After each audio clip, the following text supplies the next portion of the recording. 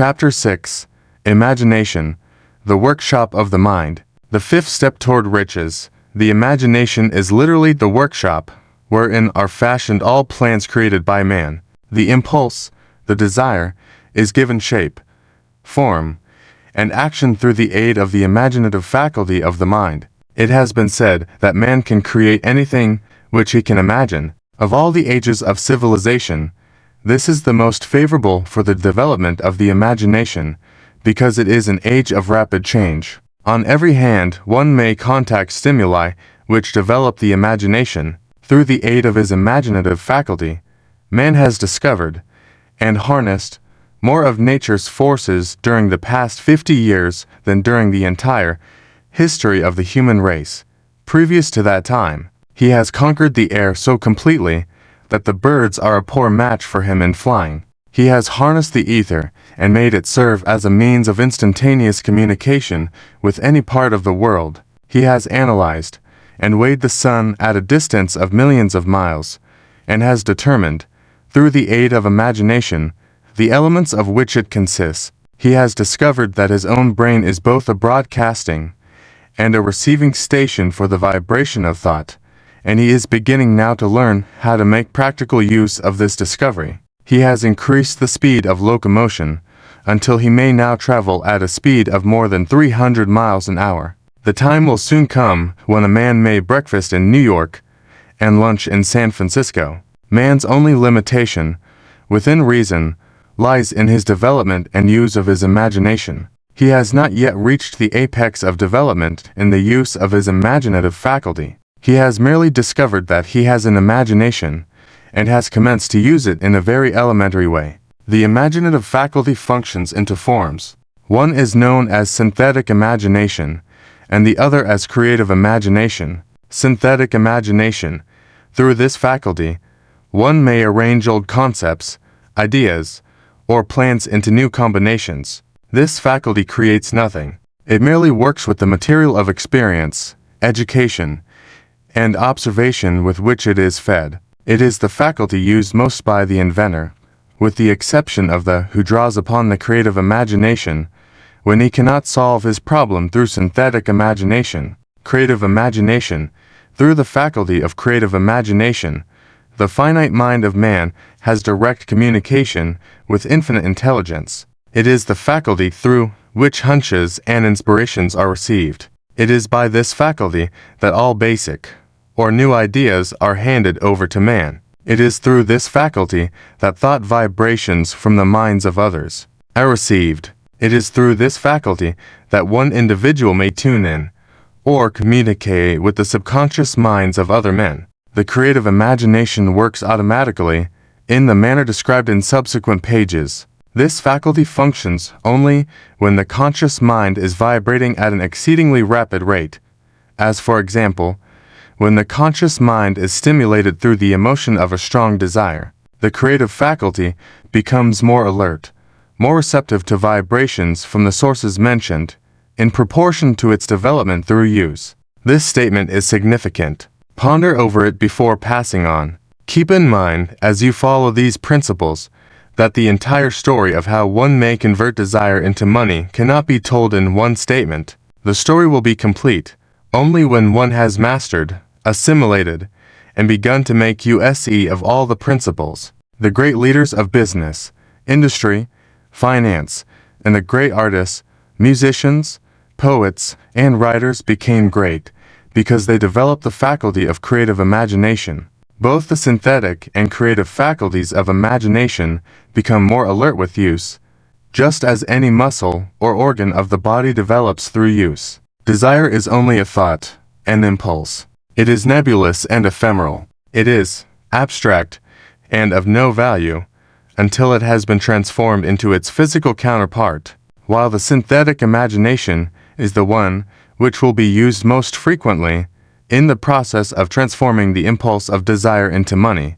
You must keep in mind the fact that you may face circumstances and situations which demand use of the creative imagination as well. Your imaginative faculty may have become weak through inaction. It can be revived and made alert through use. This faculty does not die, though it may become quiescent through lack of use. Center your attention, for the time being, on the development of the synthetic imagination, because this is the faculty which you will use more often in the process of converting desire into money. Transformation of the intangible impulse of desire into the tangible reality of money calls for the use of a plan or plans.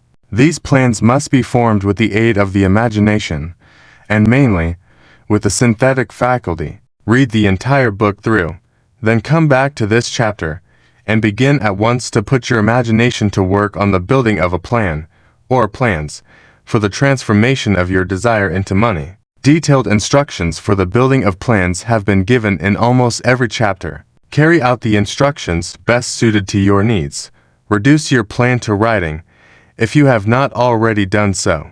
The moment you complete this, you will have definitely given concrete form to the intangible desire. Read the preceding sentence once more. Read it aloud, very slowly, and as you do so, remember that the moment you reduce the statement of your desire, and a plan for its realization, to writing, you have actually taken the first of a series of steps, which will enable you to convert the thought into its physical counterpart. The earth on which you live, you, yourself, and every other material thing are the result of evolutionary change, through which microscopic bits of matter have been organized and arranged in an orderly fashion. Moreover, and this statement is of stupendous importance, this earth, every one of the billions of individual cells of your body, and every atom of matter, began as an intangible form of energy. Desire is thought impulse. Thought impulses are forms of energy. When you begin with the thought impulse, desire, to accumulate money, you are drafting into your service the same stuff that nature used in creating this earth, and every material form in the universe, including the body and brain in which the thought impulses function. As far as science has been able to determine, the entire universe consists of but two elements, matter and energy. Through the combination of energy and matter has been created everything perceptible to man, from the largest star which floats in the heavens, down to, and including man himself. You are now engaged in the task of trying to profit by nature's method. You are sincerely and earnestly, we hope,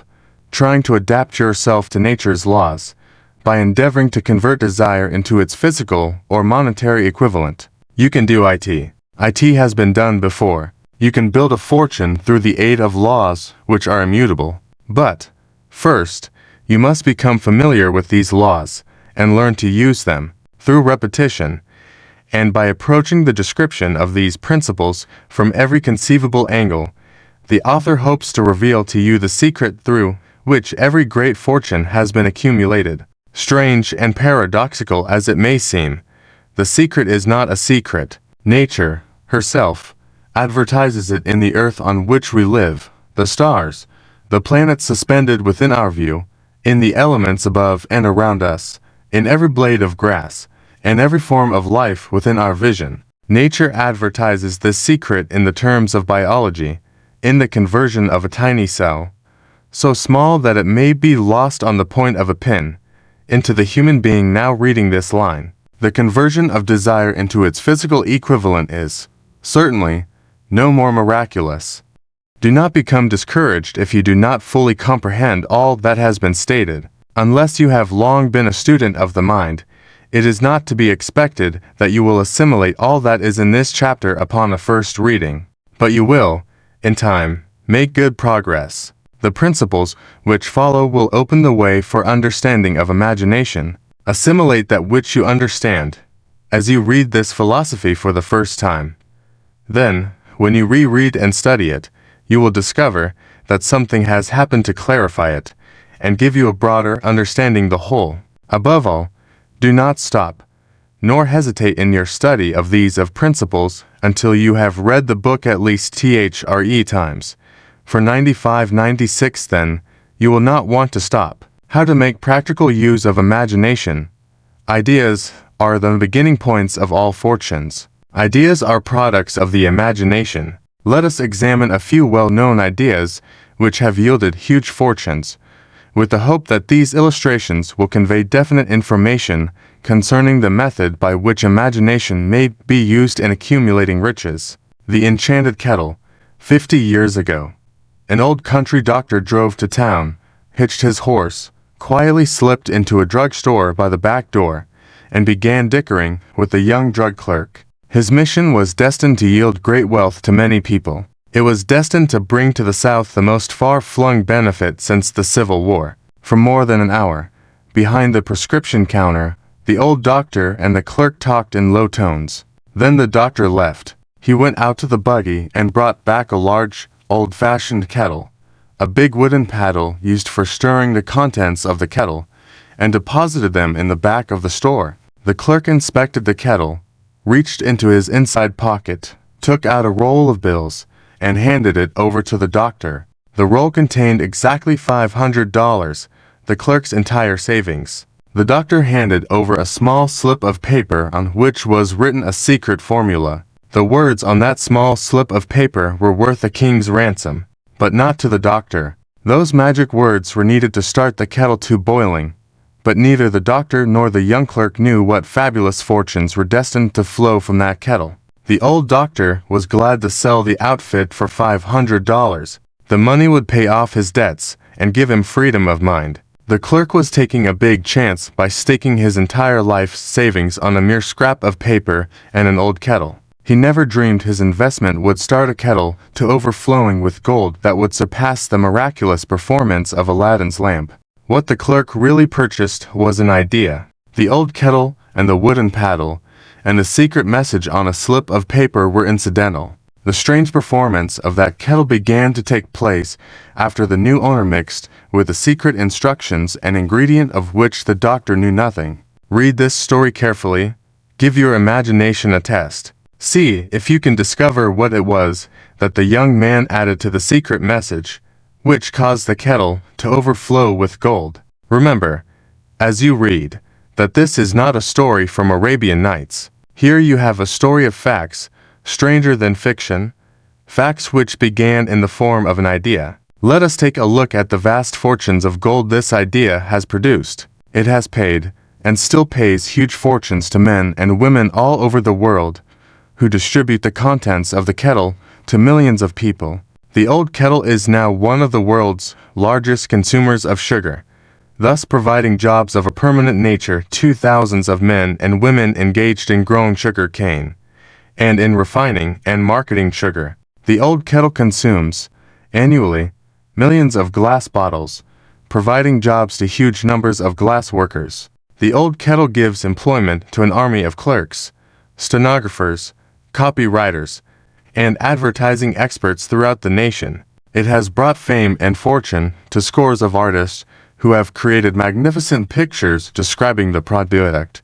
The old kettle has converted a small southern city into the business capital of the South, where it now benefits, directly or indirectly, every business and practically every resident of the city. The influence of this idea now benefits every civilized country in the world, pouring out a continuous stream of gold to all who touch it. Gold from the kettle built and maintains one of the most prominent colleges of the South, where thousands of young people receive the training essential for success. The old kettle has done other marvelous things. All through the World Depression, when factories, banks and business houses were folding up and quitting by the thousands, the owner of this enchanted kettle went marching on, giving continuous employment to an army of men and women all over the world, and paying out extra portions of gold to those who, long ago, had faith in the idea. If the product of that old brass kettle could talk, it would tell thrilling tales of romance in every language, romances of love, romances of business, romances of professional men and women who are daily being stimulated by it. The author is sure of at least one such romance, for he was a part of it, and it all began not far from the very spot on which the drug clerk purchased the old kettle. It was here that the author met his wife, and it was she who first told him of the enchanted kettle. It was the product of that kettle they were drinking when he asked her to accept him for better or worse. Now that you know the content of the enchanted kettle is a world-famous drink, it is fitting that the author confess that the home city of the drink supplied him with a wife. Also that the drink itself provides him with stimulation of thought without intoxication, and thereby it serves to give the refreshment of mind, which an author must have to do his best work, whoever you are, wherever you may live, whatever occupation you may be engaged in.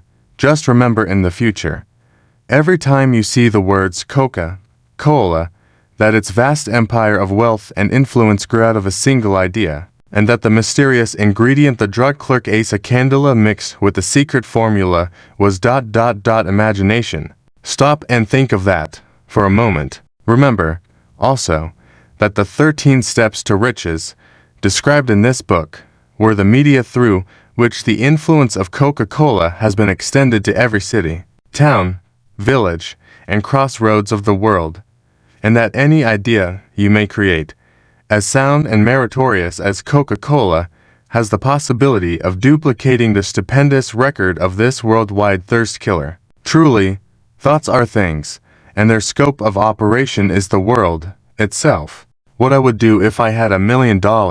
This story proves the truth of that old saying, where there's a will, there's a way. It was told to me by that beloved educator and clergyman, the late Frank W. Gonzalez, who began his preaching career in the Stockyards region of South Chicago.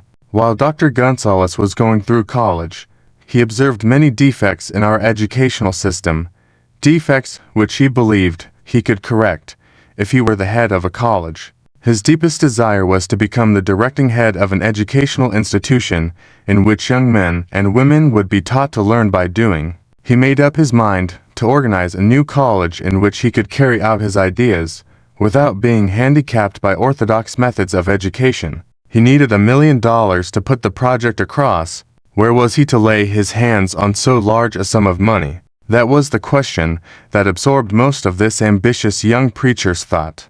But he couldn't seem to make any progress. Every night he took that thought to bed with him. He got up with it in the morning. He took it with him everywhere he went. He turned it over and over in his mind until it became a consuming obsession with him. $1 million is a lot of money. He recognized that fact, but he also recognized the truth that the only limitation is that which one sets up in one's own mind.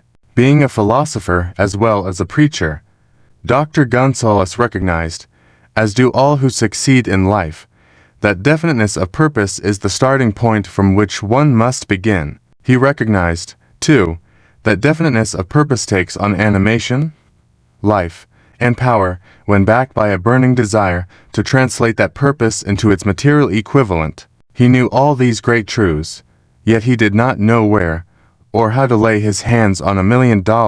The natural procedure would have been to give up and quit, by saying, "Ah well, my idea is a good one, but I cannot do anything with it, because I never can procure the necessary $1 million." That is exactly what the majority of people would have said. But it is not what Dr. Gonzalez said. What he said, and what he did are so important that I now introduce him, and let him speak for himself. One Saturday afternoon I sat in my room thinking of ways and means of raising the money to carry out my plans. For nearly 2 years, I had been thinking, but I had done nothing but think. The time had come for action. I made up my mind, then and there, that I would get the necessary $1 million within a week. How? I was not concerned about that. The main thing of importance was the decision to get the money within a specified time. And I want to tell you that the moment I reached a definite decision to get the money within a specified time, a strange feeling of assurance came over me, such as I had never before experienced. Something inside me seemed to say, "Why didn't you reach that decision a long time ago? The money was waiting for you all the time." Things began to happen in a hurry. I called the newspapers and announced I would preach a sermon the following morning, entitled, "What I Would Do If I Had $1 Million." I went to work on the sermon immediately, but I must tell you, frankly, the task was not difficult, because I had been preparing that sermon for almost 2 years. The spirit back of it was a part of me. Long before midnight, I had finished writing the sermon. I went to bed and slept with a feeling of confidence, for I could see myself already in possession of the $1 million. Next morning I arose early, went into the bathroom, read the sermon, then knelt on my knees and asked that my sermon might come to the attention of someone who would supply the needed money. While I was praying, I again had that feeling of assurance that the money would be forthcoming. In my excitement, I walked out without my sermon, and did not discover the oversight until I was in my pulpit and about ready to begin delivering it. It was too late to go back for my notes, and what a blessing that I couldn't go back. Instead, my own subconscious mind yielded the material I needed. When I arose to begin my sermon, I closed my eyes and spoke with all my heart and soul of my dreams. I not only talked to my audience, but I fancy I talked also to God. I told what I would do with $1 million if that amount were placed in my hands. I described the plan I had in mind for organizing a great educational institution where young people would learn to do practical things, and at the same time develop their minds. When I had finished and sat down, a man slowly arose from his seat, about 3 rows from the rear, and made his way toward the pulpit. I wondered what he was going to do. He came into the pulpit, extended his hand, and said, "Reverend, I liked your sermon. I believe you can do everything you said you would, if you had $1 million. To prove that I believe in you and your sermon, if you will come to my office tomorrow morning, I will give you the $1 million. My name is Philip D. Armour." Young Gonzalez went to Mr. Armour's office, and the $1 million was presented to him. With the money, he founded the Armour Institute of Technology. That is more money than the majority of preachers ever see in an entire lifetime. Yet the thought impulse back of the money was created in the young preacher's mind in a fraction of a minute. The necessary $1 million came as a result of an idea. Back of the idea was a desire which young Gonzalez had been nursing in his mind for almost 2 years. Observe this important fact. He got the money within 36 hours after he reached a definite decision in his own mind to get IT, and decided upon a definite plan for getting IT. There was nothing new or unique about young Gonzalez' vague thinking about $1 million and weakly hoping for it. Others before him, and many since his time, have had similar thoughts. But there was something very unique and different about the decision he reached on that memorable Saturday, when he put vagueness into the background, and definitely said, "I will get that money within a week." God seems to throw himself on the side of the man who knows exactly what he wants, if he is determined to get just that. Moreover, the principle through which Dr. Gonzalez got his $1 million is still alive. It is available to you. This universal law, as workable today as it was when the young preacher made use of it so successfully. This book describes, step by step, the 13 elements of this great law, and suggests how they may be put to use. Observe that Asa Candela and Dr. Frank Gonzalez had one characteristic in common. Both knew the astounding truth that ideas can be transmuted into cash through the power of definite purpose, plus definite plans. If you are one of those who believe that hard work and honesty alone will bring riches, perish the thought. It is not true. Riches, when they come in huge quantities, are never the result of hard work. Riches come, if they come at all, in response to definite demands, based upon the application of definite principles, and not by chance or luck. Generally speaking, an idea is an impulse of thought that impels action by an appeal to the imagination. All master salesmen know that ideas can be sold where merchandise cannot. Ordinary salesmen do not know this. That is why they are ordinary. A publisher of books, which sell for a nickel, made a discovery that should be worth much to publishers generally. He learned that many people buy titles, and not contents of books. By merely changing the name of one book that was not moving, his sales on that book jumped upward more than 1 million copies. The inside of the book was not changed in any way. He merely ripped off the cover bearing the title that did not sell, and put on a new cover with a title that had box office value. That, as simple as it may seem, was an idea. It was imagination. There is no standard price on ideas. The creator of ideas makes his own price, and, if he is smart, gets it. The moving picture industry created a whole flock of millionaires. Most of them were men who couldn't create ideas, but they had the imagination to recognize ideas when they saw them. The next flock of millionaires will grow out of the radio business, which is new and not overburdened with men of keen imagination. The money will be made by those who discover or create new and more meritorious radio programs and have the imagination to recognize merit and to give the radio listeners a chance to profit by it. The sponsor, that unfortunate victim who now pays the cost of all radio entertainment, soon will become idea conscious and demand something for his money. The man who beats the sponsor to the draw and supplies programs that render useful service is the man who will become rich in this new industry. Crooners and light chatter artists who now pollute the air with wisecracks and silly giggles will go the way of all light timbers, and their places will be taken by real artists who interpret carefully planned programs which have been designed to service the minds of men, as well as provide entertainment. Here is a wide open field of opportunity screaming its protest at the way it is being butchered because of lack of imagination, and begging for rescue at any price. Above all, the thing that radio needs is new ideas. If this new field of opportunity intrigues you, perhaps you might profit by the suggestion that the successful radio programs of the future will give more attention to creating beer audiences and less attention to listener audiences. Stated more plainly, the builder of radio programs who succeeds in the future must find practical ways to convert listeners into buyers. Moreover, the successful producer of radio programs in the future must key his features so that he can definitely show its effect upon the audience. Sponsors are becoming a bit weary of buying glib-selling talks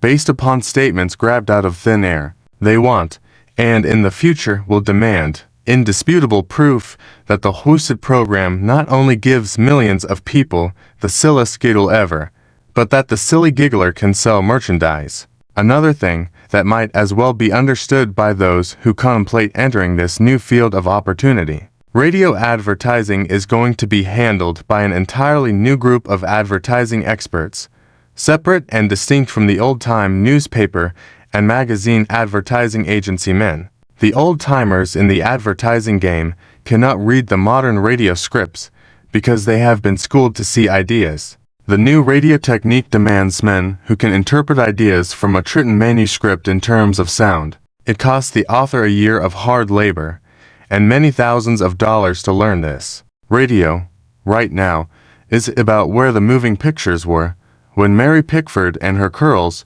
first appeared on the screen. There is plenty of room in radio for those who can produce or recognize ideas. If the foregoing comment on the opportunities of radio has not started your idea factory to work, you had better forget it. Your opportunity is in some other field. If the comment intrigued you in the slightest degree, then go further into it, and you may find the one idea you need to round out your career. Never let it discourage you if you have no experience in radio. Andrew Carnegie knew very little about making steel. I have Carnegie's own word for this. But he made practical use of two of the principles described in this book, and made the steel business yield him a fortune. The story of practically every great fortune starts with the day when a creator of ideas and a seller of ideas got together and worked in harmony. Carnegie surrounded himself with men who could do all that he could not do, men who created ideas, and men who put ideas into operation, and made himself and the others fabulously rich. Millions of people go through life hoping for favorable breaks. Perhaps a favorable break can get one an opportunity, but the safest plan is not to depend upon luck. It was a favorable break that gave me the biggest opportunity of my life, but 25 years of determined effort had to be devoted to that opportunity before it became an asset. The break consisted of my good fortune in meeting and gaining the cooperation of Andrew Carnegie. On that occasion, Carnegie planted in my mind the idea of organizing the principles of achievement into a philosophy of success. Thousands of people have profited by the discoveries made in the 25 years of research, and several fortunes have been accumulated through the application of the philosophy. The beginning was simple. It was an idea which anyone might have developed. The favorable break came through Carnegie. But what about the determination, definiteness of purpose, and the desire to attain the goal, and the persistent effort of 25 years? It was no ordinary desire that survived disappointment, discouragement, temporary defeat, criticism, and the constant reminding of waste of time. It was a burning desire, an obsession. When the idea was first planted in my mind by Mr. Carnegie, it was coaxed, nursed, and enticed to remain alive. Gradually, the idea became a giant, under its own power, and it coaxed, nursed, and drove me. Ideas are like that. First you give life and action and guidance to ideas, then they take on power of their own and sweep aside all opposition. Ideas are intangible forces, but they have more power than the physical brains that give birth to them. They have the power to live on, after the brain that creates them has returned to dust. For example,